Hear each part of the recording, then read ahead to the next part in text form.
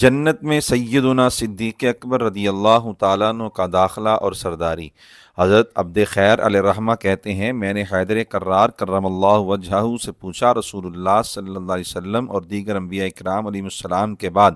جنت میں سب سے پہلے کون جائے گا؟ آپ نے فرمایا ابو بکر و عمر، یعنی نبیوں کے بعد جنت میں سب سے پہلے انہی دونوں حضرات کا داخلہ ہوگا جنہیں رسول اللہ صلی اللہ علیہ وآلہ وسلم نے اپنے پاس سلایا ہوا ہے۔ عبد خیر کہتے ہیں، میں نے پوچھا وہ آپ سے بھی پہلے جنت میں جائیں گے؟ فرمایا ای والذی فلق الحبۃ وبرأ النسمۃ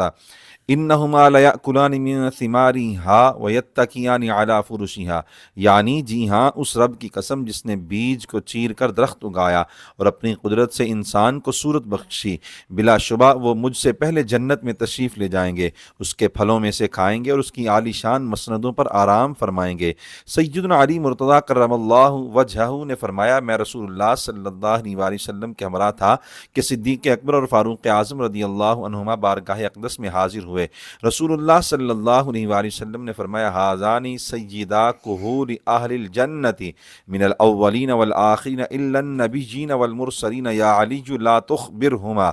یہ دونوں انبیاء و مرسلین کے علاوہ اولین و آخرین میں پختہ عمر یعنی ادھیڑ عمر میں وفات پانے والے جنتیوں کے سردار ہیں، اے علی تم انہیں نہ بتانا۔ مراد یہ ہے کہ انبیاء و مرسلین علیہ السلام کے علاوہ دنیا میں جن مسلمانوں نے ادھیڑ عمر کو پہنچ کر وفات پائی ہوگی، صدیق اکبر اور فاروق اعظم رضی اللہ عنہما ان سب کے سردار ہیں۔ اے علی مجھ سے پہلے تم انہیں نہ بتانا تاکہ میں خود انہیں خوشخبری دوں اور انہیں زیادہ خوشی ہو۔